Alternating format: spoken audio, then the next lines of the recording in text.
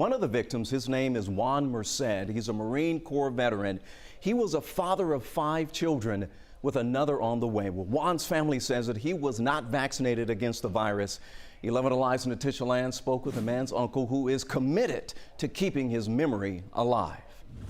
This is Zakai, and he's 14 years old.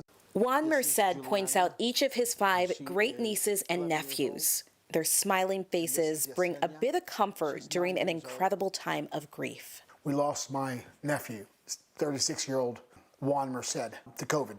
Their dad and Juan's namesake died on September 17th, 4 days after being put on a ventilator. He was not vaccinated. I think if my nephew would look back and thinking about his family, and I think that maybe he would have rethought this. Juan loved his family. He was looking forward to expanding his brood with his 6th child on the way. Now that child will never know their dad. He's just as proud as he served his country. He served his family and served his kids. For 4 years, Juan served as a Marine in Operation Iraqi Freedom. He worked as a sharpshooter, beating the deadly odds of war. It's just difficult to know that he could have died at any moment serving in Iraq. And he got through that. He came back home. And he succumbed to a virus that's destroyed so many families. But this family's battle with COVID is not over. On the same day Juan died, his mother, also unvaccinated, contracted the virus.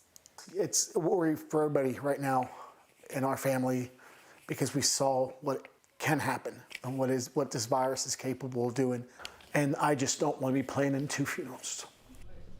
Heartbreaking for that family.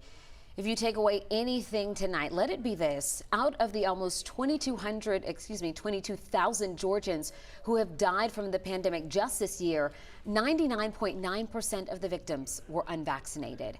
That means 441 vaccinated Georgians died from the virus this year. It's important to note many of those people likely fall into the vulnerable populations, including the elderly or immunocompromised. For more information on the virus and the vaccine and the pandemic, head over to our website, 11alive.com/vaccine.